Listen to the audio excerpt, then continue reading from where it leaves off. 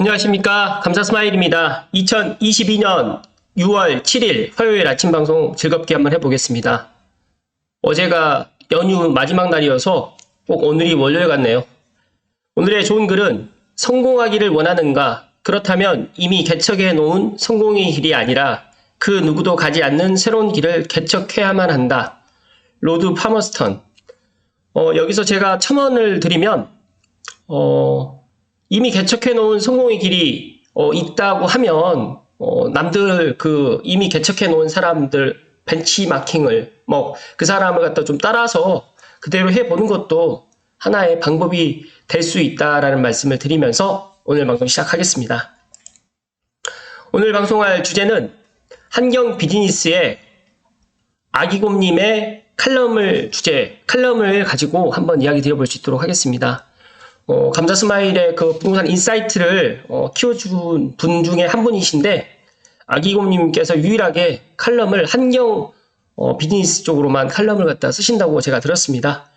관련해가지고 신림선, 신분당선으로 본 부동산 시장의 지하철 노선 개통 효과.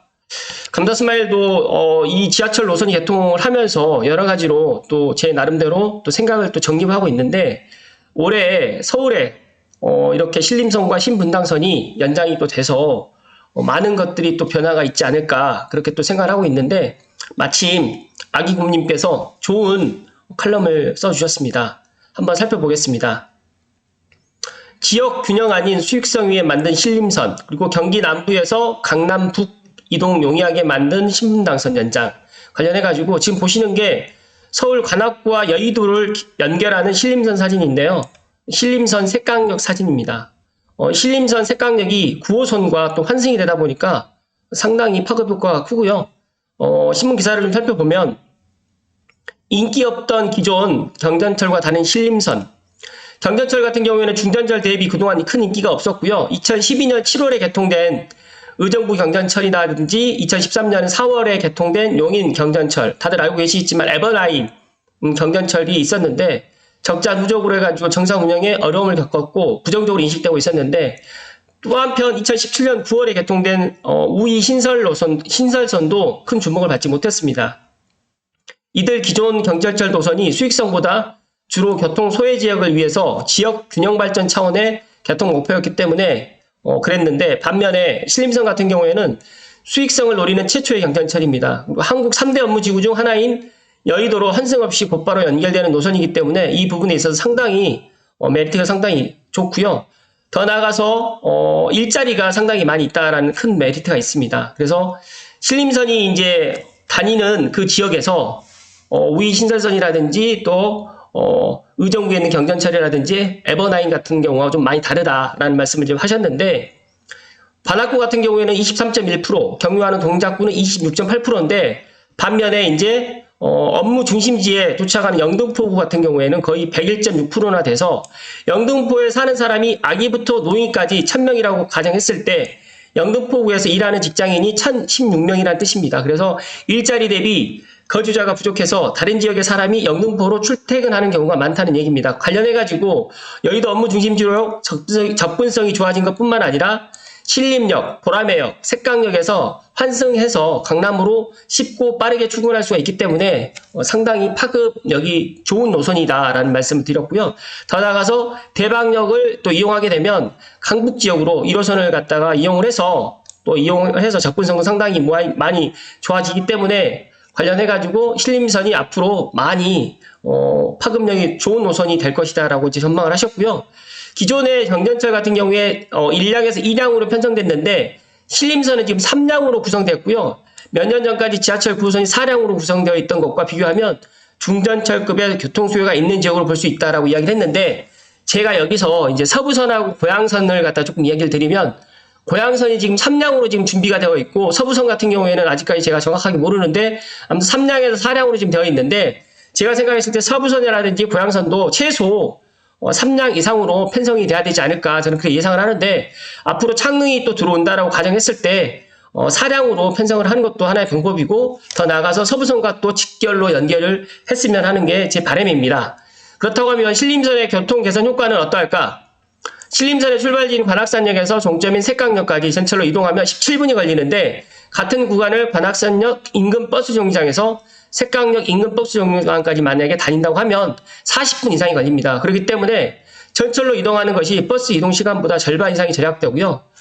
제가 지난번에 이제 건대에서 삼송까지 오는데 갈 때는 삼송에서 건대까지 1시간밖에 걸리지 않았는데 중간에 제가 이제 버스로 환승할 일이 있어서 버스로 환승을 했는데 1시간 20분, 30분 정도 걸렸습니다. 그러다 보니까 어찌됐든 간에 지하철로 가는 게 가장 빠르다. 버스로 환승을 하게 되면 환승하는데 또 소요되는 시간이라든지 또 버스 기다리는 또 시간, 그리고 버스가 이동하면서 또 구간 또 교통신호를 또 받기 때문에 시간이 상당히 많이 걸립니다. 저도 삼성역에서 그러니까 건대 입구까지 세천정관까지 가는데 1시간 한 5분 정도밖에 걸리지 않은 거에 대해서 저도 놀랐거든요. 그래서 그런 부분에 있어서 현재 다니고 있는 3호선 그리고 삼성역에서 서울 접근성은 상당히 좋다라는 말씀 다시 한번 드립니다. 신분당선 노선이 연장된 신사역 사진의 모습인데요. 보시게 되면 신사에서 이제 노년으로 가는 모습이고, 이제 현재는 이제 종점이 이제 신사역이 되겠습니다. 그래서 신사에서 이제 광교 방면으로 이제 이렇게 되는데, 앞으로 이제 신사역에서 종점이 아니라 용산, 더 나아가서 이제 삼송까지도 연장이 될 것이다. 라는 말씀 다시 한번 드리고요. 신림에서 경기 남부 지하철 개통 호재 지역이라고 하면 반대로 이제 신분당선 북부구간 연장선 개통도 상당한 호재다. 저는 신림선도 상당히 좋은 노선이긴 하지만 저는 신분당선을 따라올 수 없다라는 말씀 다시 한번 드리고요. 최근에 이제 강남역에서 북단으로 신노년역, 노년역, 신사역 등 3개 역까지 연장 운행이 시작됐는데 이 3개 역은 역사는 뭐 3개밖에 안 되지만 이 파급 효과는 아마 제가 생각했을 때 경기 남부에서 경기 북부 더 나가서 이제 서울 중심으로 이동하는 데 있어서 최고의 환승의 역할을 한다라는 말씀 다시 한번 드립니다. 그래서 지하철 9호선, 그다음에 지하철 7호선, 그다음에 지하철 3호선까지 각각 환승이 가능해서 이 부분에 있어서 도로로만 다녔던 이제 강남을 갖다 종으로 최초로 지금 신분당선이 지금 종으로 지금 이동하는 수단이 되었다라는 말씀 다시 한번 드립니다. 그래서 이 부분에 있어서 상당히 앞으로 파급 효과가 상당히 클 것이고 더 나아가서 용산까지 연결된다고 하면 앞으로 경기 남부에서 서울 중심으로 접근하는 게 상당히 쉬워질 것 같고 반대로 또 삼성까지 연장이 된다고 했을 때 고양시라든지 파주시라든지 더 나아가서 양주시, 의정부시에 계시는 분들도 신분당선의 효과를 톡톡히 볼 것이라는 말씀을 강조해서 이야기를 드립니다. 여기서 말씀을 갖다 하셨는데 예를 들어가지고 직장이 여의도에 있는 사람은 예전에는 분당이라든지 광교와 같은 경기 남부 지역에서 거주하기가 쉽지 않았습니다. 강남역까지는 빠르게 접근한다고 해도 강남역에서 여의도역까지 대중교통을 가기가 쉽지가 않아서였는데 이제 굳이 가려고 한다고 하면 신분당선 강남역에서 내려가지고 9호선 신논현역까지 15분 정도 걸어가거나 버스로 이동을 해야 되는데 하지만 이제 버스 정류장의 위치가 전철역과 멀고 이로 인해 가지고 여의도 출퇴근은 현실적으로 불가능했었습니다. 그런데 이번에 신분당선 이제 북부구간이라고 이야기를 했는데 어찌됐든 간 신분당선 북부구간이 개통되면서 경기 남부에 거주하는 사람이 신논현역에서 쉽게 9호선으로 환승할 수도 있고 더 나가서 이제 뭐 7호선, 3호선까지도 이제 바로 환승이 가능하기 때문에 정말 어떻게 보면 이 지하철 노선 개통 효과를 톡톡히 봤던 분들이 판교라든지 광교, 수원, 용인 쪽에 거주하시는 분들이 정말 앞으로 이런 개통 효과를 톡톡히 볼 것 같다라고 이야기를 했습니다. 그래서 마찬가지로 이제 신림선이 이제 어떻게 보면 그 신림선 혜택을 가장 많이 받는 사람들은 신림동에 거주하면서 여의도로 출퇴근하는 사람이고요. 마찬가지로 신분당선 북부 구간 개통의 수혜 지역을 가장 많이 본 사람들은 이들 노선이 지나는 강남구라든지 서초구가 아니라 광교, 수지, 분당이다라는 이야기를 하셨습니다. 그래서 여기서 이제 마지막으로 결론을 내리면 지역균형 발전이라는 명분론에 따라 가지고 일자리가 적은 지역끼리 개통되는 전철은 교통 수요가 적고 개통 효과도 미미하지만 반면에 경전철 신림선이라든지 신분당선 같이 일자리가 많은 주요 업무 중심지까지 접근성이 좋아지는 전철이 개통 효과가 상당히 크다고 볼 수 있다라고 지금 소결론을 주셨습니다. 앞으로 이제 같은 전철 노선이라도 업무 중심지 인근보다 그 업무 중심지로 출퇴근 편의성이 개선되는 그 반대쪽 지역이 전철 개통 효과가 더 크다라는 말씀을 아기곰님께서 해주셨습니다.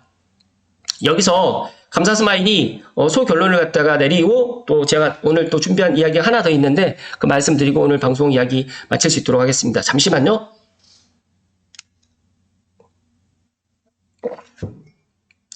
제가 지하철 노선 개통 효과를 갖다 이야기를 갖다가 드린 이유가 많은 분들이 인서울 갖다가 하시는데 인서울이 나쁘다는 게 아니라 제가 생각했을 때는 이제 서울에 살고 있는 인구가 오늘도 제가 뉴스를 보니까 1000만 명이 내려온 거는 뭐 예전부터 알고 있었는데 지금 현재 서울시 인구가 950만이 이제 안 된다고 합니다. 950만 밑으로 지금 내려갔는데 제 방송을 갖다가 꾸준하게 시청을 하신 분들은 알고 계시겠지만 물론 인서울에 있는 새 아파트 뭐 좋습니다. 그러나 인서울의 새 아파트를 갖다가 갈 수 없는 분들은 저는 수도권 중에서 이렇게 교통 호재가 있는 곳으로 먼저 선점을 하셔서 내 집 마련하시라는 말씀 다시 한번 드리고요.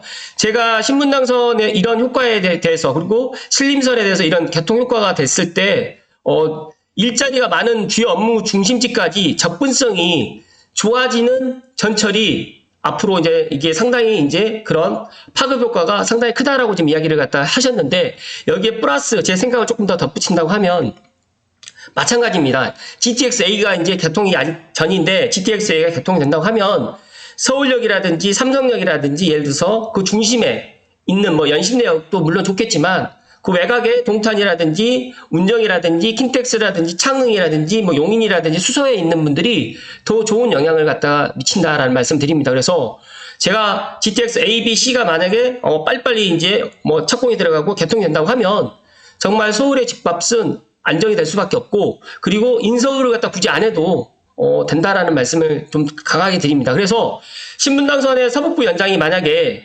올해 예타가 통과된다고 하면 이 삼송이라든지 고양시, 더 나아가서 파주시, 더 나아가서 의정부시에 있는 양주시까지 많은 그런 혜택이 따른다라는 말씀 드립니다. 그래서 이 부분에 있어서 여기서 지역 균형 발전이 아니라 어떻게 보면 이런 일자리가 관통하는 지역, 제가 신분당선이 왜 황금 노선이라고 계속적으로 이야기를 드리냐면 신분당선은 현재는 강남과 판교와 뭐 광교를 갖다가 관통을 하지만 앞으로 이제 용산을 관통하죠. 강남 그리고 판교, 즉 다시 말해가지고 서울 중심 3대 업무 지구 중에서 거의 삼성역과 그다음에 여의도를 갖다가 제외한다고 하더라도 용산과 강남을 갖다가 관통을 하는 겁니다. 그래서 관통을 갖다 하는 것뿐만 아니라 중간에 9호선이라든지 7호선, 2호선, GTX-A라든지 뭐 GTX-BC 같은 경우에는 요금이 비싸거든요. 그렇기 때문에 부담이 되지만 신분당선 같은 경우 요금이 뭐 아무리 비싸도 GTX-A보다 반값이다라는 말씀 제가 드립니다. 그래서 이 요금적인 부분이라든지 환승도 정말 편하다. 이런 부분이라든지 그리고 우리가 일자리에 있는 지역을 갖다 관통을 하기 때문에 앞으로 신분당선의 효과는 현재 계속적으로 진행 중이다라는 말씀 다시 한번 드리고 감도스마일도 하루빨리 신사역에 가서 이런 신분당선 관련해가지고 한번 이야기를 한번 드리고 싶은데 제가 참 최근에 계속 바빠서 이런 걸 못하고 있는데 아무튼 신림선 색강역 사진도 제가 지금 다시 한번 올려드리는데 지도로 조금 더 설명을 드리면 일단 지금 제가 먼저 한번 쭉 봤는데 여의도에 지금 색강역이 있잖아요. 그래서 색강역으로 와서 9호선으로 하게 되면 거의 여의도를 바로 한 번에 갈 수 있다라는 말씀을 다시 한번 드리고요. 물론 여의도역이라든지 국회의사당 같은 경우에는 이제 환승을 해야 되지만 엄밀히 따지면 색강역으로 바로 뭐 되는 일자리 같은 경우에는 너무너무 좋은 신림선이다라는 말씀 다시 한번 드리고요. 신분당선은 계속해서 제가 이야기를 드렸기 때문에 뭐 더 이상 이야기를 안 드리겠지만 어찌됐든 간에 신분당선의 파급 효과는 신사역에서 끝나는 게 아니라 용산까지도 지금 빠르면 올해 착공이 되면 들어가고 신분당 서북부 연장이 된다고 가정하게 되면 거의 정말 지금 현재는 경기 남부에서만 호재지만 이제 반대로 이제 한강을 중심으로 서울시 북부라든지 경기 서북부가 앞으로 큰 호재를 맞을 것 같다라는 말씀을 마지막으로 강조해서 이야기를 드립니다. 그리고 은평 자이더스타가 6월 10일 날 지금 입주자 모집 공고를 한다는 이야기를 좀 드립니다. 그래서 오늘 부동산 사업 설명회가 오늘 오후 2시에 있다라고 하는데 감사 스마일 한번 은평 자이더스타 모델하우스에 한번 방문해서 한번 관련해가지고 이야기를 갖다 전해 듣고 빠르면 10일 전에 8일이나 9일쯤에 한번 이야기를 드려볼까 생각 중인데 아마 입주자 모집 공고가 나와서 이야기를 드리는 게 더 나을 것 같아서 늦어진다고 하면 뭐 11일쯤에 한번 또 이야기를 드려볼 수 있도록 하겠습니다. 은평 자이더스타 많은 분들이 그 소형주택 관련해가지고 또 이게 전매가 되느냐고 물어보시는데 제가 이거를 어저께 받았거든요. 근데 지금 보시게 되면 네, 4구짜리하고 8사가 있는데 4구 같은 경우는 소형주택인데 이건 전매가 안 되고요. 84 오피스텔 같은 경우에는 전매가 됩니다. 그래서 소형주택 4구 같은 경우에도 거의 3베이로 뺐고요. 투룸인데 상당히 잘 뺐어요. 그래서 이런 부분 제가 오늘 사업 설명회 가서 한번 이야기를 듣고 빠르면 내일쯤 한번 이야기 드려볼까 하는데 또 관련해가지고 또 관심 있으신 분들 꼭 참고하시면 좋을 듯 하고요. 아무튼 오늘 또 새롭게 시작하는 월요일인데요. 어제까지 많은 분들이 또 연휴 기간 한 3일 동안 쉬신 걸로 알고 있는데 또 새로운 한 주 또 즐겁고 보람된 한 주 되시기를 기원드립니다. 끝까지 시청해주신 모든 분들께 진심으로 감사드립니다. 고맙습니다.